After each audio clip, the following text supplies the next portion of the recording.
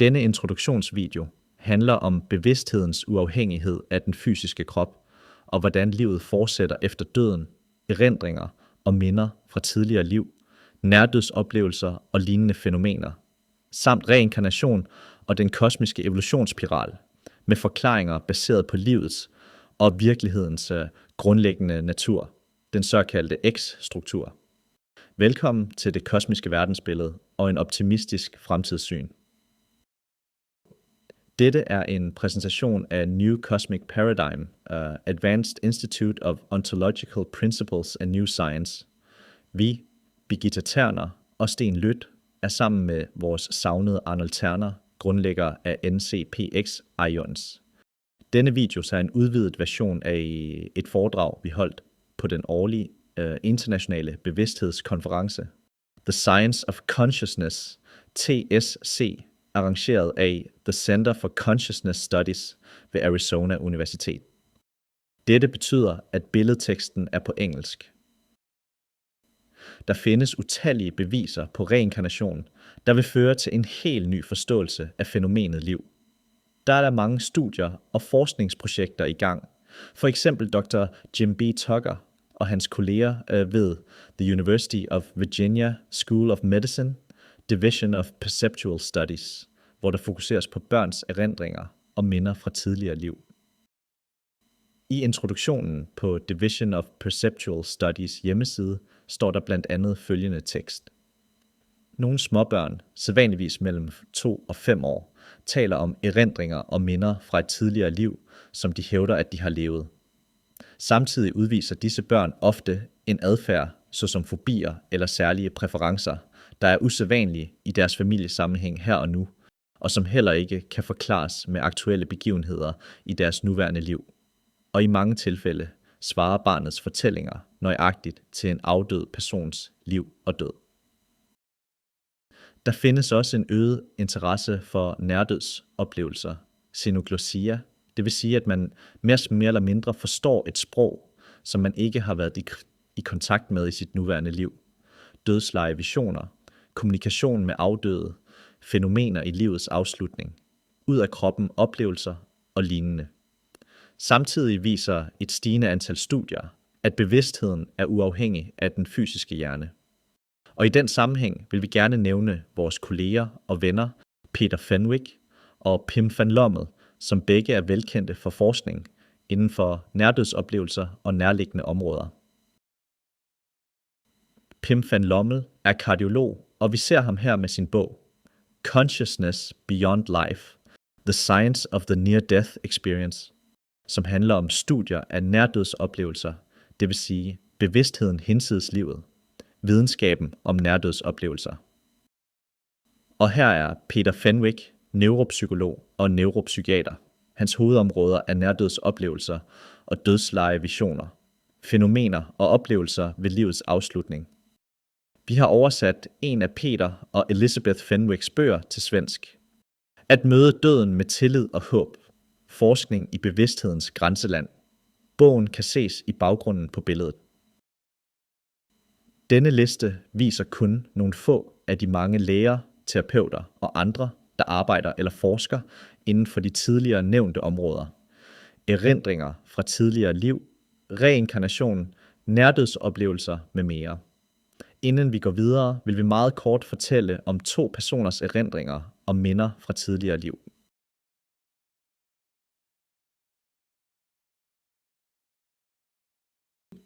Den første handler om James Leininger, født i 1998, hvor han som barn havde ekstremt detaljerede og omfattende erindringer og minder fra sit tidligere liv som James Houston Jr., en amerikansk jagerpilot, der døde i 2. verdenskrig.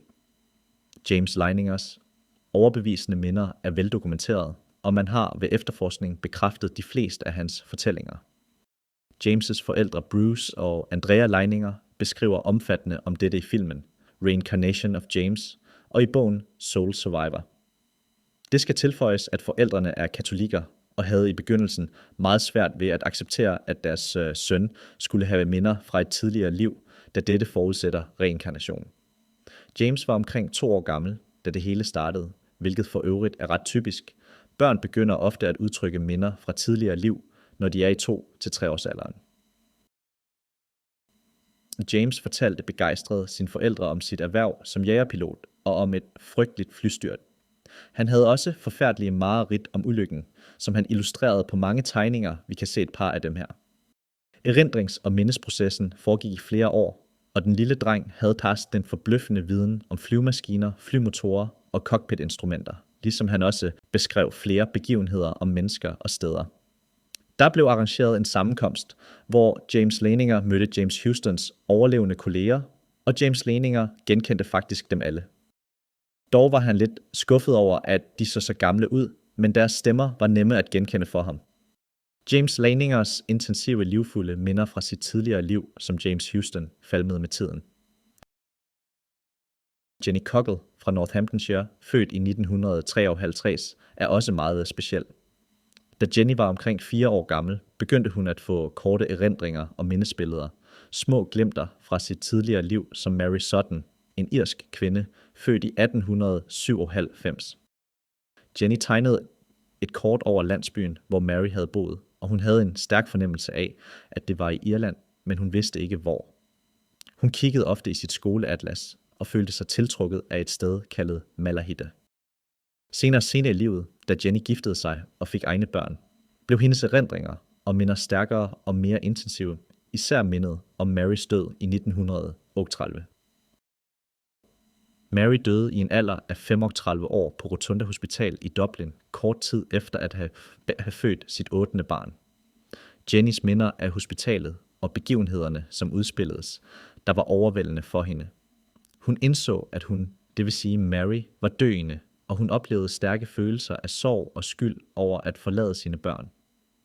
Disse klare og intense minder og følelser gjorde, at Jenny besluttede sig for at prøve at opspore Marys børn, og hun fandt dem. De boede stadig i Irland, og de fleste var i 70'erne. Billedet viser Jenny og de 5 børn, som stadig var i livet. Det var selvfølgelig et helt specielt gensyn. Jennys historie indeholder mange begivenheder og detaljer, som er blevet bekræftet. I sin bog Yesterday's Children, The Search for My Family from the Past, beskriver Jenny sine erindringer, minder og sin søgen efter sine børn fra sit tidligere liv som Mary. Mennesker som James og Jenny med erindringer og tydeligere minder fra tidligere liv er som regel helt overbeviste om reinkarnation. Det fremstår som noget helt naturligt. Men som Jenny siger, jeg forstår, at mange kan være skeptiske over for reinkarnation, men de har heller ikke oplevet det, jeg har. Den danske intuitionsfilosof Martinus Thomsen, kendt som Martinus, forklarer, at døden er livets største overraskelse. At dø betyder ikke en afslutning på livet. Døden er kun en overgang fra livet i den fysiske verden til et fortsat liv på et parafysisk plan. Altså et fortsat liv i dimensioner og eksistensplaner hinsides og parallelle med den fysiske verden. Og professor Oliver Lazar understreger, at vi med stor sikkerhed ud fra omfattende beviser kan konstatere, at bevidstheden overlever det fysiske legeme. Ifølge det kosmiske verdensbillede er reinkarnation et naturligt og grundlæggende princip, som er helt afgørende for udviklingen og evolutionen, og ideen om reinkarnation med forskellige tanker og forestillinger om, at man genfødes og lever mange liv, har fulgt mennesket gennem tiderne og forekommer i de fleste kulturer og religioner, således også i kristendommen. Men ved det andet økumeniske kirkemøde i Konstantinopel år 553 blev det besluttet ved afstemningen, at alt om reinkarnation skulle fjernes fra den kristne lære. En beslutning, der blev stemt igennem baseret på magtstrukturelle og politiske årsager. Som tidligere nævnt er der omfattende forskning om bevidsthed efter døden, minder fra tidligere liv, reinkarnation, fænomener ved livets afslutning, samt kontakt med afdøde med mere. Beviserne er spidsået utvetydige, men der mangler forklaringer herpå, og forskere stiller sig spørgende. New Cosmic Paradigm, NCPX Aeons, præsenterer en omfattende forklaringsmodel baseret på det kosmiske verdensbillede, der forklarer disse fænomener, der ofte ses som mærkelige, unormale og unaturlige, men som faktisk er helt normale og naturlige. Det kosmiske verdensbillede er grundet på den unikke og banebrydende viden, som den danske intuitionsfilosof Martinus har formidlet. Martinus kosmologi. Martinus' omfattende arbejde er blevet systematiseret og videreudviklet af hans elev og samarbejdspartner Per Bruus Jensen, og dette arbejde fortsætter gennem New Cosmic Paradigm, NCPX Ions. Det kosmiske verdensbillede er et organisk og holistisk verdensbillede med fokus på X-strukturen, livets og virkelighedens grundlæggende natur. X-strukturen giver os helt nye perspektiver på livet, evolutionen og virkeligheden. Det kosmiske verdensbillede indebærer et paradigmeskifte fra det materialistiske verdensbillede, hvor tilfældighed og random styrer, til en ny æra præget af en voksende indsigt i et levende, multidimensionalt kosmos, hvor fundamentale naturlove og evige principper styrer. Det er også et optimistisk verdensbillede, der giver os viden om, hvordan vi kan påvirke vores liv og fremtiden i en positiv retning. En kort introduktion til det kosmiske verdensbillede, Martinus kosmologi og NCPX Ions følger i slutningen af denne video.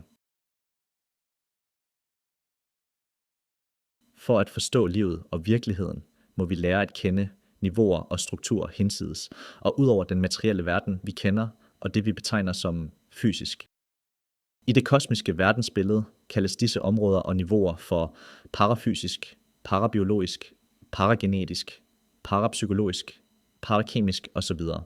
Og vi betoner, at para i disse sammenhæng udtrykker noget normalt og naturligt, men hinsides og ud over vores nuværende forståelse af livet og virkeligheden, og hinsides de områder, den traditionelle videnskab kan undersøge og verificere.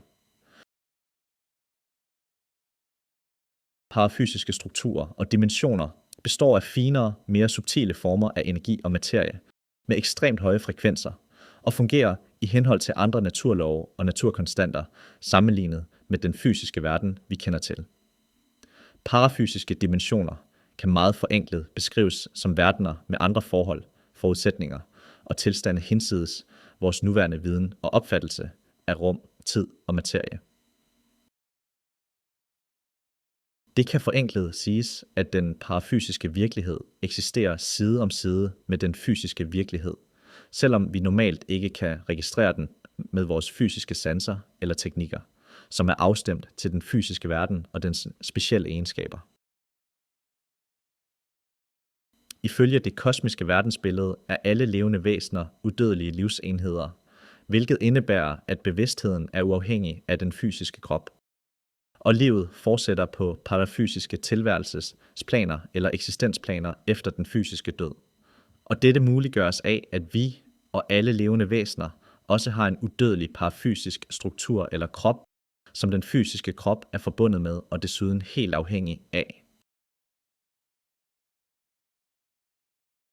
Det kosmiske verdensbillede forklarer reinkarnationsprocessen og hvordan livet fortsætter efter den fysiske død, samt det efterfølgende hændelsesforløb på parafysisk niveau, der fører til et nyt fysisk liv, en ny inkarnation. Det kosmiske verdensbillede fokuserer på X-strukturen, livets og virkelighedens grundlæggende natur. Da denne primære eksistensform og virkelighed er ukendt for mennesket, valgte Martinus at udtrykke den med bogstavet X, deraf navnet X-strukturen, og X-strukturen er i princippet den samme for alle livsformer, den opbygger og findes i alt levende. Dette symbol illustrerer deler af X-strukturen og er et forenklet billede af organismekomplekset, inklusive de fysiske, semifysiske og parafysiske strukturer. I denne korte introduktion vil vi kun kort se på disse. Til højre har vi en del af symbolet, hvor vi kan se de 3 organiske dele af hele organismen eller organismekomplekset. A længst nede repræsenterer den midlertidige fysiske krop, og det er kun denne del, som traditionel videnskab kender til. B repræsenterer den midlertidige semifysiske krop, den såkaldte koblingskrop eller transformationskroppen. Enkelt sagt udgør den en forbindelseslænke mellem de fysiske niveauer, nulpunktsfeltet og de parafysiske niveauer. I fremtiden, når naturvidenskaben er kommet længere, kan det blive muligt at i hvert fald delvist registrere og observere koblingskroppen. C repræsenterer den parafysiske evighedskrop, der eksisterer og fungerer fuldstændig uafhængigt af den fysiske krop og den semifysiske koblingskrop. Den parafysiske krop kan ikke verificeres af traditionel videnskab, da den består af energier og strukturer, der ikke kan registreres med vores fysiske sanser og tekniske måleinstrumenter. Sammenfattende er den parafysiske evighedskrop fuldstændig overordnet til den midlertidige fysiske krop og den semifysiske koblingskrop, og som symbolet illustrerer, udgør de fysiske og semifysiske strukturer en relativt lille del af hele organismekomplekset. Inden vi går videre, lad os se lidt på den semifysiske koblingskrop, som primært er parafysisk og fungerer som en transformations- og overførselszone, der udgør et organisk bindeled mellem den midlertidige fysiske krop og den parafysiske evighedskrop. Det betyder, at koblingskroppen er forbundet med både den parafysiske evighedskrop og den fysiske hjernestruktur, og fungerer som en parafysisk forlængelse af hjernen. Hjernen er primært forbundet med koblingskroppen, når vi er vågne. Martinus kalder dette tilstand dagsbevidsthed, og vores bevidste nærværelse er på det fysiske plan. Men under søvnen, såkaldt natbevidsthed, er kontakten mellem hjernen og koblingskroppen midlertidigt næsten afbrudt, og bevidstheden er dermed mere eller mindre bortkoblet fra det fysiske plan. Det indebærer, at natbevidstheden hovedsageligt er bundet til de semifysiske og parafysiske strukturer og planer. Søvnens primære funktioner er at aflaste den fysiske organisme og give den mulighed for at regenerere, samt at aflaste og styrke den semifysiske koblingskrop, så den har evnen til at tage over med maksimal kapacitet, hvis individet pludselig skulle dø og derved miste sin fysiske krop. Det kan tilføjes, at efter døden, når kontakten med den fysiske krop er ophørt, har den semifysiske koblingskrop stadig en vigtig funktion i en overgangsperiode, inden den opløses, og livet fortsætter på højere parafysiske tilværelsesplaner via evighedskroppen. En central og meget vigtig del i den parafysiske evighedskrop er det såkaldte skæbneelement, der består af et komplekst organsystem med unikke akkumulerings- og lagringsenheder, der har specifikke proces- og styringsfunktioner, såkaldte talentkerner. Talentkernerne akkumulerer og lagrer alle vores individuelle oplevelser, erfaringer, færdigheder og egenskaber, indlært viden med mere, så vi kan genbruge og udvikle dem videre og tage med dem med os fra liv til liv. Talentkernerne er en absolut forudsætning for alle livsformers udvikling og evolutionsprocesser. Meget kort sagt kan talentkerner beskrives som organiske parafysiske kraftcentre, der indeholder erfaringer, færdigheder og egenskaber med mere, som individet har udviklet og erhvervet inden for visse områder under forskellige dele af sin evige eksistens. Disse erfaringer og færdigheder er transformeret til kodificerede vibrationsmønstre, der indeholder de data og programmer, som de respektive talentkerner administrerer og er ansvarlige for. Skæbneelementet i evighedskroppen med alle talentkernerne kan sammenlignes med en organisk harddisk med holografisk struktur og uendelig kapacitet, hvor bearbejdning, akkumulering og lagring foregår i 3 forskellige former. Erindringstalentkerner, manuelle aktivitetsorgantalentkerner, autonome organtalentkerner. Erindringstalentkernerne lagrer erfaringer, minder fra individets løbende livsoplevelser og har stor betydning for perceptionsprocessen, for hvordan kvalia og livsoplevelse skabes, og vi skal meget kort se på dette. Tilsammen udgør erindringstalentkernerne et unikt individuelt arkiv, som kan beskrives som en enorm informationsbank, der kaldes perceptionsarkivet, hvor vores tidligere oplevelser findes lagret. Perceptionsarkivet indeholder dermed en kolossal mængde referencemateriale. Informationen, der er lagret i disse erindringstalentkerner, giver resonans til nye indkomne objektive impulser via vores fysiske sanser, syn, hørelse etc., og påvirker, hvordan vi transformerer, fortolker og reagerer på stimuli, det vil sige, hvordan vi transformerer objektiv virkelighed til subjektiv virkelighed, hvilket er en central del af den såkaldte Reality Consciousness Transformation Process, XRCT, processen. Tidligere oplevelser af for eksempel farlige slanger, som er lagret i Perceptions-arkivets erindringstalentkerner, resulterer normalt i automatiske reaktioner, som den vi ser på billedet her. Efterhånden som erfaringsmaterialet vedrørende en bestemt situation eller begivenhed øges i vores erindringstalentkerner, bliver vores reaktioner på netop denne situation stadig hurtigere, og når erfaringsmaterialet bliver tilstrækkeligt omfattende, reagerer vi direkte og helt automatisk, uden først bevidst at vurdere situationen, der er opstået, såkaldte automatreaktioner. Vi vil kort vende tilbage til den tidligere nævnte Reality Consciousness Transformation Process, XRCT-processen. Denne fundamentale manifestations- og perceptions-proces involverer transformation af umanifesteret initial virkelighed til manifesteret objektiv virkelighed, det vil sige manifestation, og oplevelse af denne manifesterede objektive virkelighed som qualia, subjektiv virkelighed, det vil sige perception.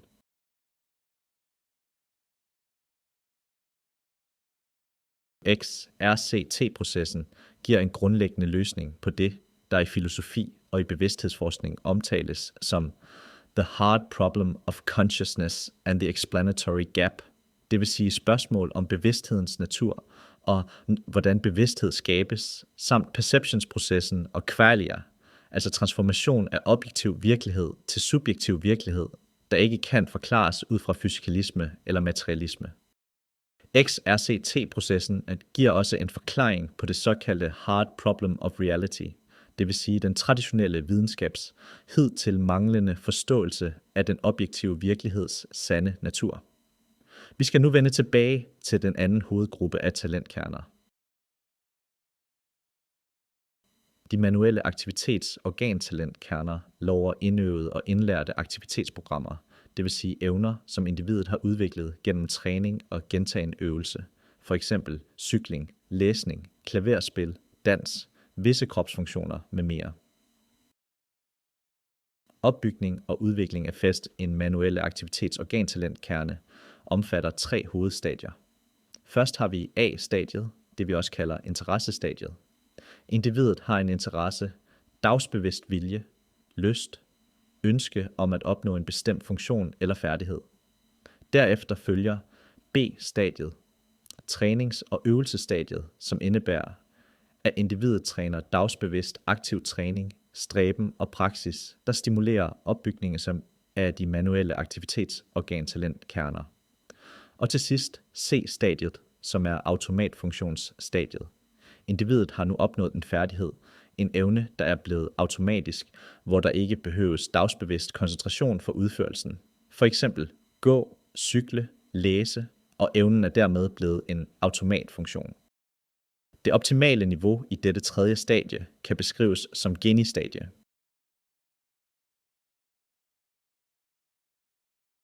Og den tredje gruppe af talentkerner er de såkaldte autonome organtalentkerner, som lagrer information til skabelse og udvikling af parafysiske og fysiske organismer.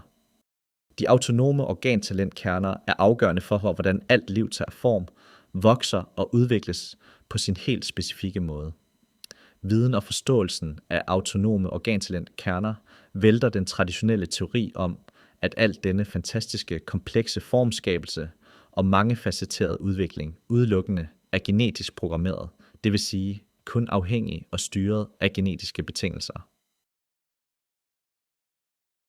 De primære udviklings- og formskabende processer med al den underliggende information, der findes akkumuleret og lagret i organtalenkernerne, aktiveres på parafysisk niveau, når reinkarnationsprocessen begynder. Det skal tilføjes, at alle vores automatfunktioner og automatiske adfærdsmønstre er baseret på den information, som er lagret i vores talentkerner. For eksempel, hvis vi ser på vores fysiske krop, kan vi kun kontrollere og styre 2-4% af kropsfunktionerne med egen vilje, det vil sige næsten alle er automatfunktioner. Talentkernerne skaber og udvikler konstant et unikt individuelt kraftfelt, det såkaldte paragenetiske kraftfelt, hvilket er af største betydning for hver reinkarnationsproces, som individet gennemgår, og bestemmer, hvilket DNA-kompleks på det fysiske plan, som det disinkarnerede individ via sin nye semifysiske koblingskrop kan tilslutte til sin parafysiske evighedskrop. Det indebærer, at det paragenetiske kraftfelt i princippet er afgørende for, hvilke fysiske individer, der er mulige for det disinkarnerede individ at inkarnere igennem. Det vil sige, det paragenetiske kraftfelt styrer og begrænser udvælgelsen af, hvilke fysiske individer, der kan blive det disinkarnerede individs forældre. Desuden er talentkernerne yderst relevante og vigtige at forstå inden for området epigenetik, da de direkte påvirker generne i DNA-spiralen. Det paragenetiske kraftfelt er en af de 6 primære og styrende evolutionære faktorer, de såkaldte kosmiske teleostater. Ifølge det kosmiske verdensbillede findes der 6 interagerende primære evolutionsfaktorer, de kosmiske teleostater, hvoraf 3 er interne og 3 eksterne, og vi vil kort nævne disse. Af de interne teleostater er den første det såkaldte urbegæret med sin selvopholdelsesdrift, og dette urbegær udgør den initiale og evige drivkraft i alt liv. Og den anden interne teleostat er det paragenetiske kraftfelt, som vi lige så har nævnt, bestemmer altså hvilket DNA-kompleks på det fysiske plan, som det disinkarnerede individ via sin nye semifysiske koblingskrop kan tilslutte til sin parafysiske evighedskrop. Og den tredje interne teleostat er talentkernerne og det grundlæggende og styrende talentkerneprincip, som er en af de kosmiske skaberprincipper.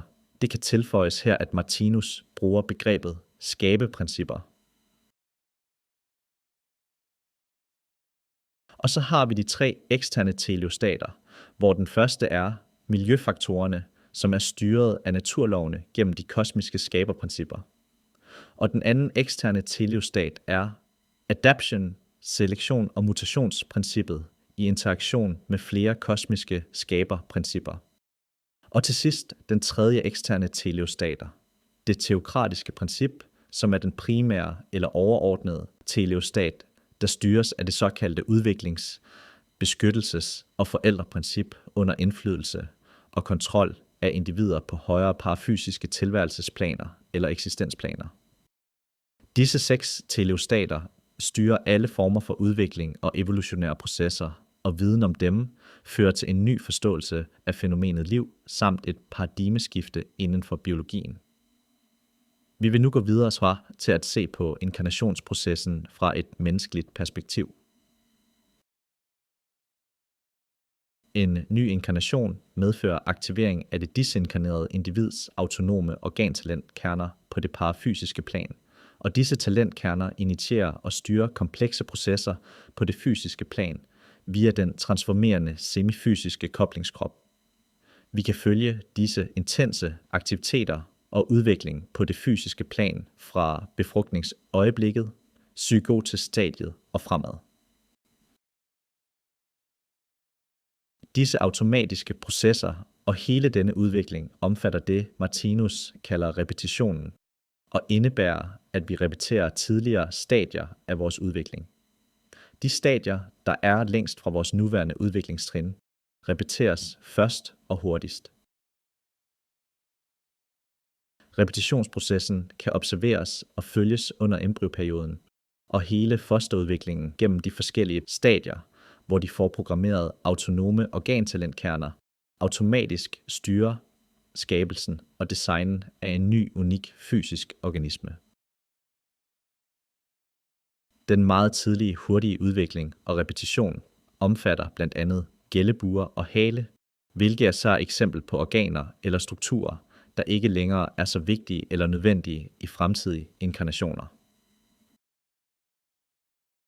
De autonome organtalentkerner, som indeholder ældre programmer, som styrer disse mindre vigtige strukturer, er i forskellige stadier af degeneration, men flere af dem fungerer stadigvæk og resulterer i rudimentære organer, for eksempel de ydre øremuskler, blindtarmen, visdomstænder og halebenet.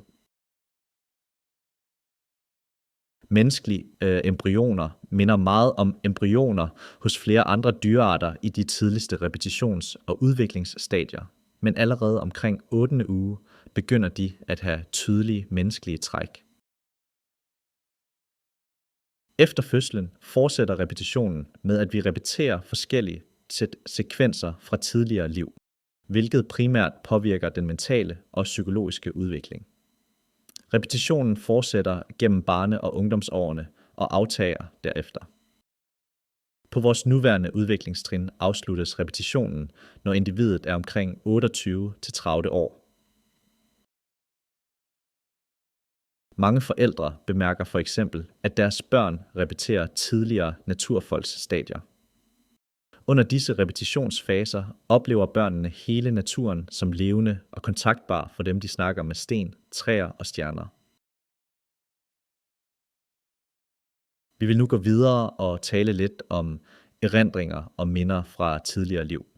Børn begynder ofte at fortælle om erfaringer og minder fra tidligere liv i 2-3 års alderen og tolkes ofte af forældrene som fantasier eller drømme.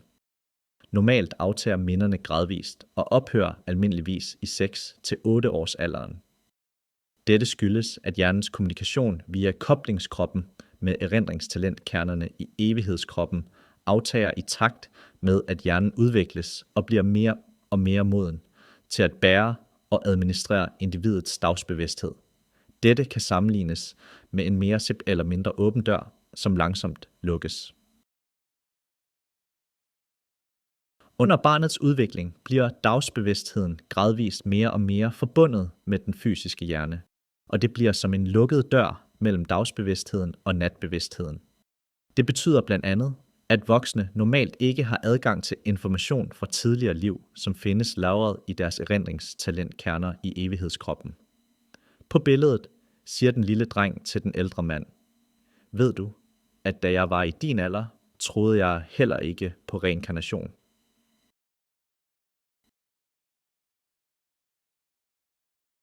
Men mange voksne kan få adgang til erindringer og minder fra tidligere liv under meditation, regression eller hypnose. Og andre kan få det helt spontant, ofte trigget og udløst af en speciel begivenhed, miljø eller situation. Sammenfattende, hvad angår børns erindringer og minder fra tidligere liv, viser mange studier, at børn sædvanligvis begynder at udtrykke minder fra tidligere liv i 2-4 års alderen, og dette falmer normalt i 6-8 års alderen. Ifølge det kosmiske verdensbillede skyldes denne aftagen af erindringer, at barnets hjerne gradvist udvikler evnen til at bære mere og mere af barnets dagsbevidsthed, hvilket fører til en stadig mere begrænset dagtidsbevidst adgang til erindringstalentkernerne i evighedskroppen. Og endelig nogle almindelige kendetegn vedrørende børn og minder fra tidligere liv. Børnene formidler ofte følgende: siger, at deres nye krop føles mærkelig, og at deres navn er forkert, at de faktisk har et andet navn. Taler om forældrene og den familie, de havde i et tidligere liv.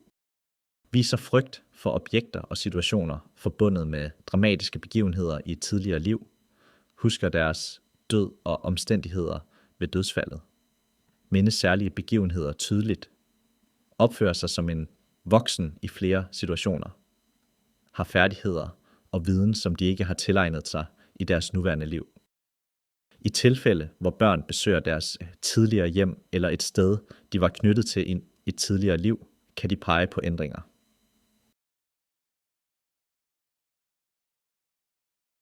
Mange psykiatere, terapeuter, psykologer med flere har studeret voksnes erindringer og erfaringer fra tidligere liv.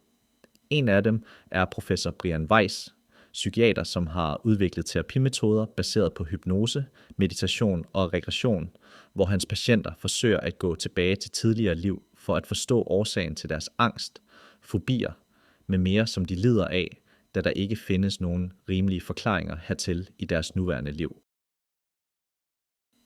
Forskning viser, at uforklarlig adfærd, fobier, overreaktioner, angst med mere i det nuværende liv ofte har årsager i hændelser og situationer, som individet har oplevet i et tidligere liv.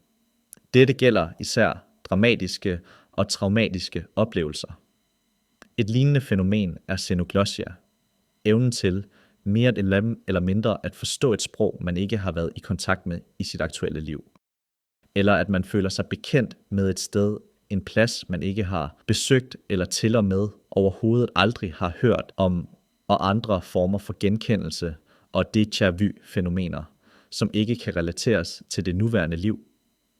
Meget kort fortalt er den overordnede forklaring herpå og til lignende fænomener, at nogle individer kan få adgang til information, som findes lagret i deres erindringstalentkerner, men som man normalt ikke har adgang til i sin dagsbevidste tilstand i det fysiske liv. Et andet nærliggende fænomen er såkaldte vidunderbørn eller wonder children, der i en tidlig alder er mestre, for eksempel på et instrument, eller har andre bemærkelsesværdigt veludviklede evner inden for et bestemt område. Dette forklares med, at de gennem deres manuelle aktivitetsorgantalentkerner har exceptionel adgang til færdigheder, som de har udviklet i et tidligere liv, hvor de opnåede meget stor dygtighed eller mesterniveau. Vidunderbarnet og komponisten Wolfgang Amadeus Mozart er et slående eksempel på dette. De 3 børn på billedet her har også enestående evner. Imane Beasha, 10-årig operasangerinde. Dinesh Dwivedi, 11 år, har aldrig gået i skole, men har utrolig viden inden for fysik, kemi og matematik. Og Akim Kamara, 5 år, og mesterviolinist. Kommunikation efter døden, eller after death communication, det vil sige kommunikation med et disinkarneret individ. Dette muliggøres gennem et mediums evne til at via sin semifysiske koblingskrop midlertidigt at åbne døren til det parafysiske niveau og derved etablere kontakt med disinkarnerede individer på de parafysiske planer. I forbindelse med Science of Consciousness-konferencerne i Arizona kom vi i kontakt med The Windbridge Research Center i Tucson, grundlagt af Julia Beischel og Mark Bucuzzi. Dette forskningscenter fokuserer på empiriske studier i efterdøden kommunikation, med omfattende forskning i mediumskab vedrørende medier og deres evner og arbejde.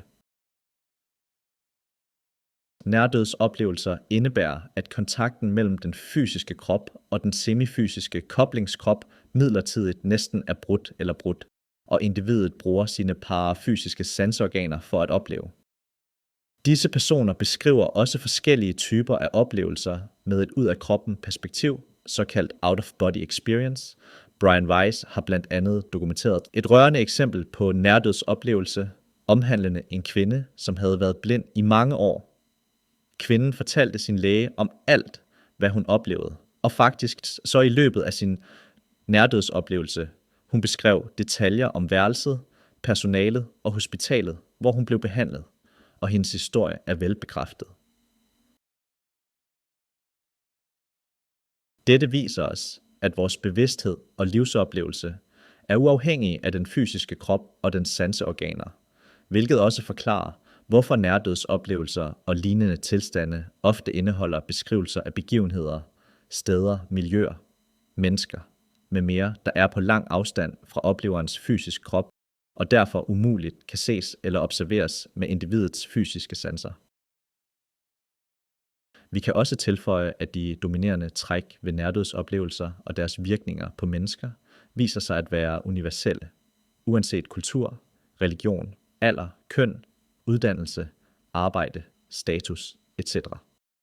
En overvældende majoritet af dem, der har haft en nærdødsoplevelse, siger, at de føler sig forandret på en positiv måde. De har et nyt syn på livet og døden, meningen med livet. Deres værdier ændrer sig. De bliver mere følsomme, gladere, mere harmoniske, empatiske, forstående og ydmyge.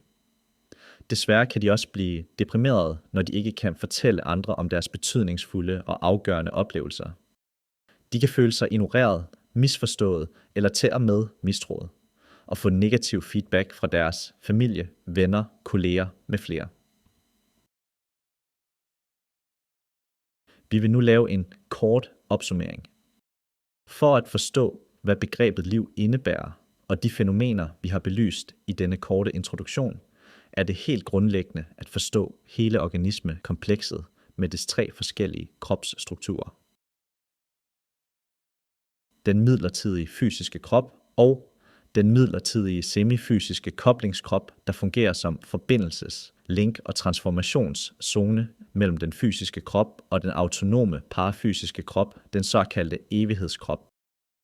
Disse 3 organiske organismestrukturer indebærer og forklarer, hvordan bevidstheden er helt uafhængig af den fysiske krop, samt hvordan livet fortsætter efter den fysiske krops død, og hvordan reinkarnations- og disinkarnationsprocesserne foregår. Ligeledes fænomener såsom nærdødsoplevelser, kommunikation med afdøde, ud af kroppen oplevelser, dødsleje visioner osv. I den parafysiske evighedskrop har vi fokuseret på talentkernerne, der fungerer som lagerenheder og er unikke for hvert individ. Talentkernerne udgør en grundlæggende forudsætning for alt liv, al udvikling og alle evolutionære processer. For eksempel opbygger og udvikler talentkernerne et individuelt såkaldt paragenetisk kraftfelt, der har stor betydning for enhver reinkarnationsproces, som et individ gennemgår. Vi vil opsummere nogle eksempler på de 3 forskellige talentkernegruppers afgørende betydning for nogle af de fænomener, vi har belyst i denne video. Erindringstalentkerner, manuelle aktivitetsorgantalentkerner, autonome organtalentkerner. Erindringstalentkernerne lagrer oplevelser, erindringer og skaber det såkaldte perceptionsarkiv, som er en individuel informationsbank, der indeholder en enorm mængde referencemateriale. Dette perceptionsarkiv udgør en fundamental forudsætning for perception og livsoplevelse, alle former for genkendelse, minder fra tidligere liv, xenoglossia, déjà vu-oplevelser og automatreaktioner. Manuelle aktivitetsorgan-talentkerner er grundlæggende for tillærte færdigheder, indlært gennem træning og øvelse, der fører til udvikling af automatiske funktioner, såkaldte manuelle automatfunktioner. Denne gruppe talentkerner forklarer også såkaldte vidunderbørn med deres fantastiske evner og færdigheder. De autonome organtalentkerner lagrer information for skabelse af organismer og initierer, styrer og regulerer alle former for organismeudvikling. Disse talentkerner er forprogrammeret og leder til udvikling af automatiske funktioner, såkaldte autonome automatfunktioner, som gør, at organismen udvikles, formes og fungerer på sin helt specielle måde. Afslutningsvis vil vi se helt kort på et af Martinus' symboler, som illustrerer, hvordan alt levende udvikler sig i en lovbundet evolutionær proces i form af såkaldte spiralcykler eller spiralomløb, der gradvist fører til stadig nye og højere former for liv. Den kosmiske evolutionsspiral. Hver spiralcyklus eller omløb omfatter 6 forskellige eksistensplaner eller tilværelsesplaner. Disse eksistensplaner illustreres med forskellige farver og omfatter både fysiske og parafysiske verdener og dimensioner. På vores planet kender vi 3 af disse eksistensplaner som mineralriget med farven indigo, planteriget rødt og dyreriget orange. Disse 3 eksistensplaner er hovedsageligt fysiske verdener og involverer reinkarnations- og disinkarnationsprocesser. Ifølge det kosmiske verdensbillede tilhører vi mennesker på vores nuværende udviklingsniveau dyreriget, markeret på symbolet med et opdelt hvidt felt i det orange område. Det næste eksistensplan i vores udvikling er det, Martinus kalder menneskeriget eller det rigtige menneskerige, hvilket er markeret med gult. Denne evolutionære fase fra dyrestadiet til det rigtige menneske indebærer en udvikling fra egoisme, magtbegær, krig og undertrykkelse til empati, altruisme og ubetinget respekt og kærlighed til alt liv. Menneskeheden kan illustreres med sfinksen, med sin dyrekrop og sit menneskehoved. En blanding af dyr og menneske. Et væsen mellem 2 riger. De andre 3 eksistensplaner, der er farvet gul, grøn og blå på symbolet, er i det væsentlige parafysiske, og vi lever midlertidigt i disse verdener eller eksistensplaner efter døden, i perioderne mellem vores fysiske liv. Videre i vores udvikling i den kosmiske evolutionsspiral lever og udvikles vi på på de parafysiske eksistensplaner under meget lange tidsperioder, hvorefter livet fortsætter igen på fysiske eksistensplaner, men så på en helt anden måde, i helt nye fysiske organismer og i helt nye fysiske verdener. Udviklingen i den kosmiske evolutionsspiral involverer konstant fornyelse og videre udvikling af alle livsformer. En evigt igangværende dynamisk udvikling af liv og bevidsthed for alle levende væsener. Livet er en uendelig udviklingsrejse igennem evigheden, og vi vil ønske dig alt det bedste på din færd.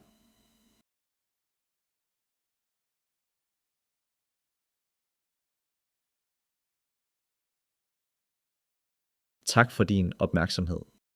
Denne præsentation fortsætter med en kort introduktion og baggrund for det kosmiske verdensbillede, Martinus kosmologi og New Cosmic Paradigm, NCP Science. For mere information er du meget velkommen til at besøge vores hjemmeside.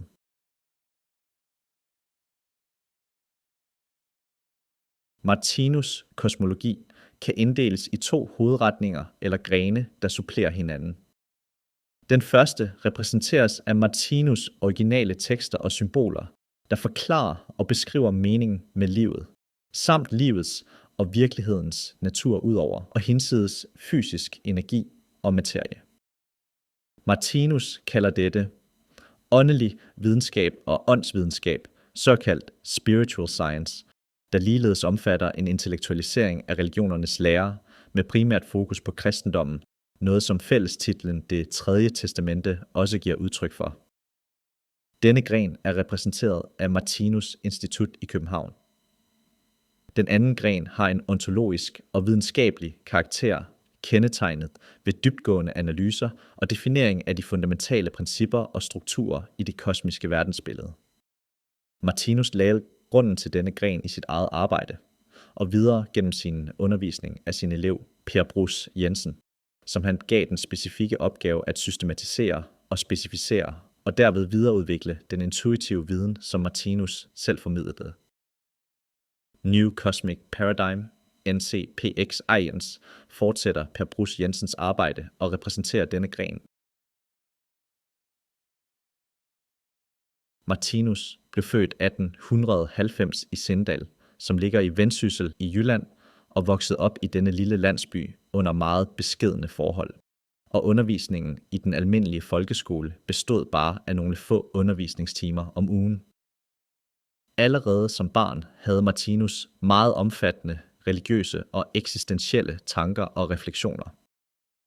Dette fortsatte med stigende intensitet gennem hele hans ungdom og bidrog til, at han senere lånte en bog om meditation, hvilket kom til at få en meget speciel betydning.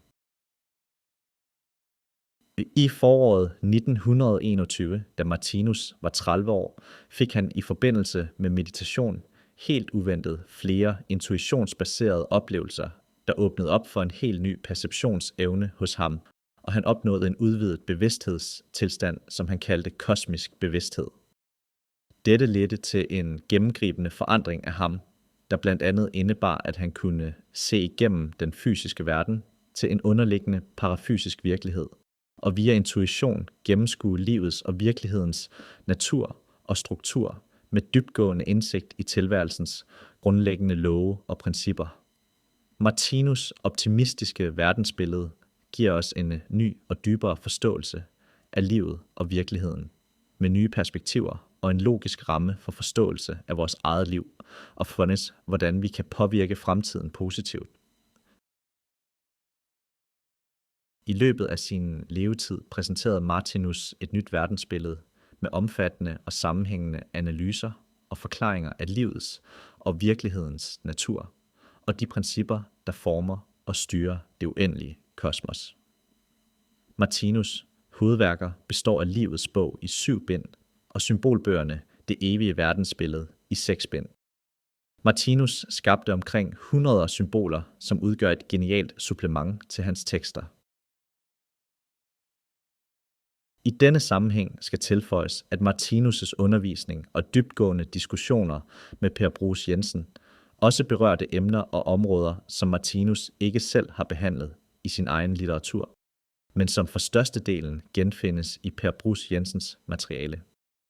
I denne video forekommer for eksempel flere begreber og specielle udtryk skabt af Per Bruus Jensen, som ikke findes i Martinus' originaltekster, men som hovedsageligt er skabt i dialog med Martinus. New Cosmic Paradigm Advanced Institute of Ontological Principles and New Science, NCPX Ions, er en non-profit organisation uden religiøse og politiske bindinger, hvis virksomhed er helt fritstående og selvstændig. Som tidligere nævnt repræsenterer NCPX Ions den ontologiske og videnskabelige gren af Martinus' kosmologi, det kosmiske verdensbillede, og forsker inden for dens ontologi, og dermed fortsætter Per Bruus Jensens arbejde med fokus på de store spørgsmål om livet, bevidstheden og virkeligheden. Det overordnede formål med NCPX Ions er at formidle viden, der bidrager til fremvæksten af det nye kosmiske paradigme, at indgive håb og fremtidstro med respekt for alt liv og omsorg for planeten Jorden. NCPX Ions blev grundlagt i Sverige 2010, hvilket blev muliggjort gennem Per Bruus Jensens mangeårige undervisning og support af grundlæggerne Arnold Terner, Birgitta Terner og Sten Lødt. Det er blevet min opgave at vise verden, at livet ikke er et mysterium. De evner, jeg har, er kun, hvad mennesker før mig har haft, og alle andre efter mig vil få, absolut uden undtagelse. Der findes derfor ikke noget i min litteratur og mine symboler at beundre eller takke mig for.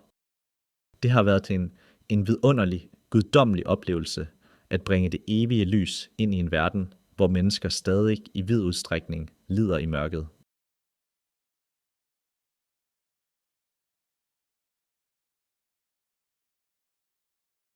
Tak for din opmærksomhed. For mere information er du meget velkommen til at besøge vores hjemmeside.